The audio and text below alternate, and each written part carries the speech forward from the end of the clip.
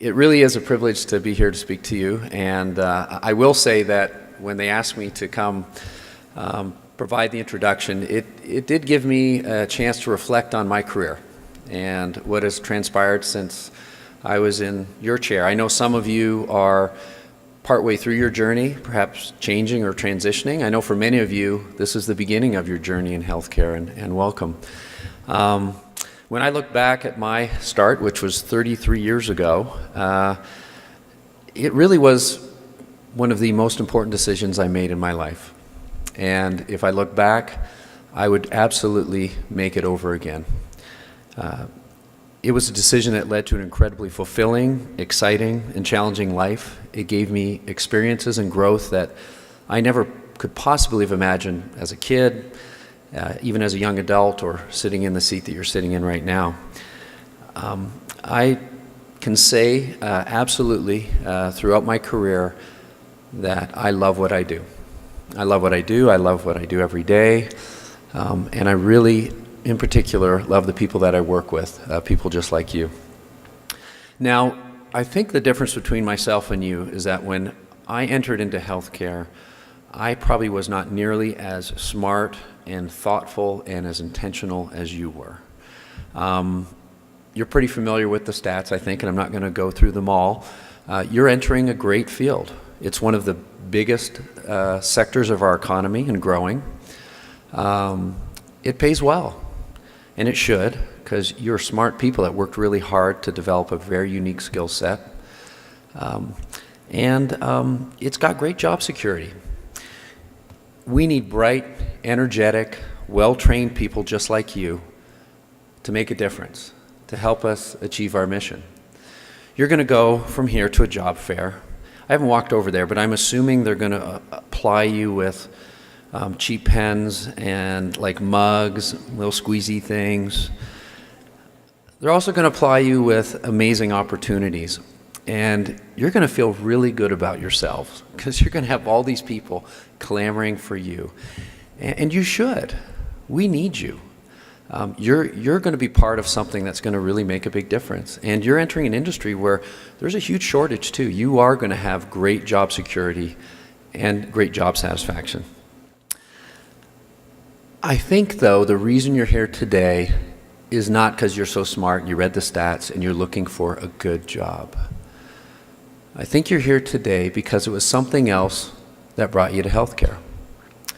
The same thing that maybe brought all of us to healthcare. Maybe it was a family member that is in healthcare now and you really admired what they did. Maybe it was a family member who went through a health crisis and you were part of that care team or saw what happened. Or maybe it was something that happened to you. And you were amazed by what you saw was truly miraculous, that return to health. And that inspired you. Maybe you saw where we fell short in the care that we tried to provide, and it motivated you to be part of something to make it better. But my guess is it was something else. Maybe it was a great TV show, I don't know. But it was something else that inspired you besides a good job. And I think it was the opportunity to make a difference. And that's what sets healthcare apart from all these other opportunities that are before you and that you could choose from. I can't think of anywhere else where every single day you have an opportunity to make a difference. So I'm going to tell a little bit of a story about my journey. And at the end of the day, healthcare really is a series of stories. And that's what makes it so cool is you get to participate in the lives and the stories of others, some of the most meaningful stories of their life. When I look back, as I mentioned, I wasn't as thoughtful as you. My folks were immigrants post-World War II. My mom didn't finish high school. My dad got into a trade. They worked extremely hard. They had to save every penny and did all that to give me a choice. I remember my mom saying that I always said I wanted to be a doctor. I think she made that up. I don't remember any of that. What I remember is I didn't want to work as a laborer. I didn't want to work that hard. I didn't want to worry about money all the time. And so I went to college. And after a couple of years, I applied to medical school. And I didn't really know what I was getting into. At the time where I was, they had this opportunity where you could get into medical school after 2 years of undergrad. And I thought, well, this is great. It saves me 2 years of undergrad. And mostly it was based on grades. What a terrible way to have your main admission criteria into something so important. But that's what it was. And they did a cursory interview, I think mainly to make sure I wasn't an axe murderer. And they would ask you, and be prepared for this. So every person, when you get to the interview point, they of course are going to ask you why. And I know you're going to answer that question much better. Why you should be there, why you should be in healthcare, what drives you and inspires you. If they asked me why they should let me in the program, I think my answer was, I'm really, really good at multiple choice. Probably not the best reason to take me, but they did. And if they asked me, honestly, why am I going into medicine, it really was because I thought it would be a good job. But when I stepped back, the other part that was really cool was the scrubs. I thought, where else do you get to wear pajamas to work every day? That was probably a big motivator too. No ties. But if I dug deep, I'm pretty sure that when I look back at what inspired me, it was the one job my mom had that she came home and talked about it and was excited. So she worked on farms and she did housekeeping and she took care of kids, but she had this one job where she was a housekeeper at a nursing facility. And it's the one time I remember coming home excited and sharing stories about how she listened and talked to them and cared, and while she was cleaning the room got to know them and felt like she made a difference. And I know that was a part of the reason, and it certainly is that ability to make a difference has inspired me going forward. In my last month of medical school, I did a rotation in emergency medicine. I fell in love with the specialty. I loved the ability to apply all that knowledge, the excitement. What I particularly loved is the team approach and being able to work with the team, and it was fun. I know many of you are thinking that the main reason I went to it was that TV show ER.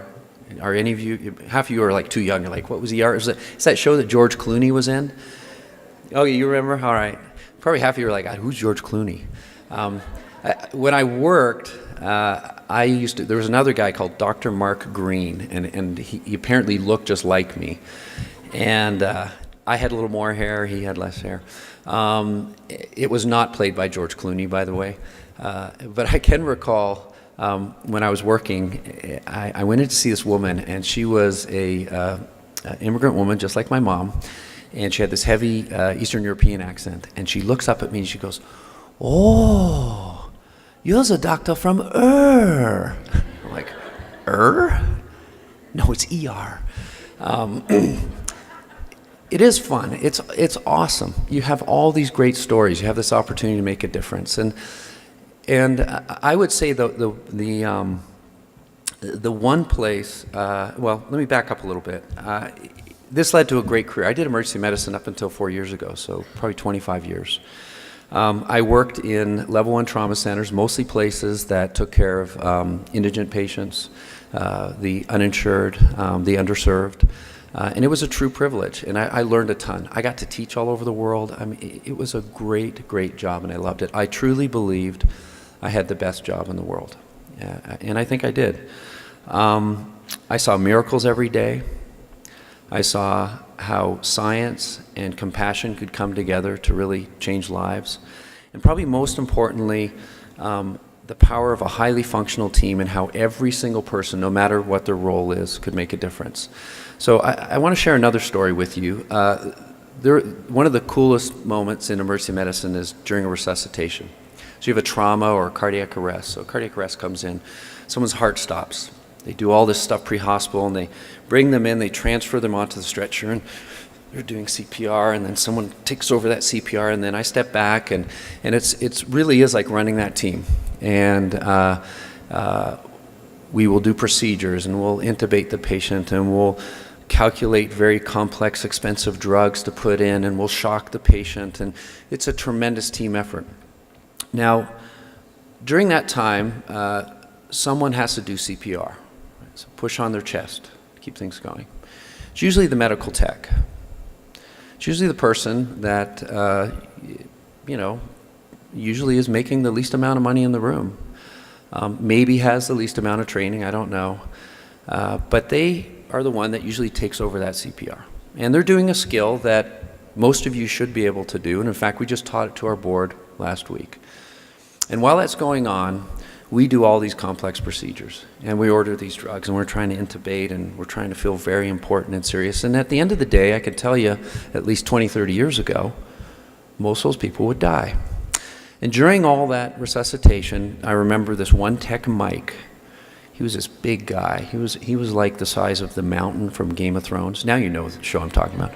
And he would get on there, and he took his job so seriously. It was so important to him that he never stopped. He would be pouring in sweat, and while we were doing all this other stuff around him, he would not stop. And he would continue CPR until we said, we have to call the code. And I remember a moment where I saw a patient that we had seen, and we had resuscitated. And he came back into the emergency department, and he was well, and he was alert. And I remember him partly because we got him back. I also remember him because he collapsed at a hemp festival on stage like this. And I don't know whether it was all the marijuana that kept him alive long enough to get to us, but we resuscitated him, and he came back and he was well. And this was at a time where our success around cardiac resuscitation was changing. People were living. People were not only being resuscitated, they would go into the hospital, they would leave sometimes days, weeks later, but be intact and healthy and well and able to go back and contribute. And when we did all the research on it, we said, well, what is it that makes a difference? Is it these really cool, expensive, complex drugs? Is it the electricity? Is it this procedures that we're doing, or the intubation? Does anyone know what the most important thing was? It was CPR. It was high quality, continuous, uninterrupted CPR. That's what made the difference. This simple task that Mike was doing every day. And so when I saw Mike, I said, Mike, you know, I saw someone yesterday, and he's alive and well. And he's alive and well because of the whole team, but mainly because of you. And I can tell you that if I look back and the people that walked out of the hospital alive and well, a big part of it was because of you and how you took that part of your job seriously, more than really anyone else in the room. And that lesson certainly stayed with me as well as I moved through my career, that every single person in healthcare, whether at the bedside or not, whether it's just making sure that that room is clean enough so that I don't pass on an infection and create an unsafe environment, every person has an opportunity to make a difference. I can't think of any other field where you get to do that. Healthcare is so much more than a secure job, a well-paying job, a growing industry, a good job. It's a privilege. It's humbling. It's a collection of amazing stories. Stories you're a part of. It's a chance to make a difference every day, whether you're an environmental services worker like my mother, a provider at the bedside, or an administrator trying to make all this stuff better. As I mentioned, I'm the CEO at Boulder Community Health. We're a small system. We're one hospital. We have about 30 clinics, and we're the primary care providers in Boulder County. I like to think that as one of the few remaining independent nonprofit community health systems that we are uniquely positioned to serve our community. We have a vision of partnering to care for and create the healthiest community in the nation. I can also tell you that I think every health system out there believes that they're uniquely positioned to do that, and I think it's true. And I think all of them share the attributes of our vision as well. I still come to work every day inspired by the stories of the patients we serve. Like every person at BCH, I know I have a chance to make a difference every day. I believe that I have the best job in the world. Now you're probably saying, wait a minute, you said you had the best job in the world, and now you say you have a different job that's the best job in the world. And how many best jobs in the world are there? And if there are only two, how come you get them? There are many great jobs and best jobs in the world, but I think you're most likely to find them in healthcare. And at the end of the day, it's what's the best job in the world for you. So when you go forward and you meet with all these people and they appropriately flatter you and give you these great opportunities, you're going to speak to rural health systems, you're going to talk to level 1 trauma centers, quaternary care, community hospitals. I can tell you in every one of them, and in particular in Colorado, you're going to be meeting with people that are providing some of the best care in the world, and they're going to give you some amazing opportunities. Look for that opportunity that doesn't just give you a good job, that gives you the best job in the world. There's a lot of cynicism a little bit out there about healthcare, a lot of concern about the change. I can tell you that today, the healthcare that we're giving in our hospitals is so much better and safer than the care we gave 30 years ago, 10 years ago, 2 years ago. And I know 30 years, 3 years from now, it's going to be even better. And even 5, 10 years ago. It's not about the technology, it's not about legislation, it's not about budget cuts or GDP. It's all about the people coming together to do the right thing. And the future of the healthcare isn't any of that stuff, it's you all. So I come here and I feel very inspired, I feel good about our future, and I'm really excited that you're going to be a part of it. So thank you so much for your attention.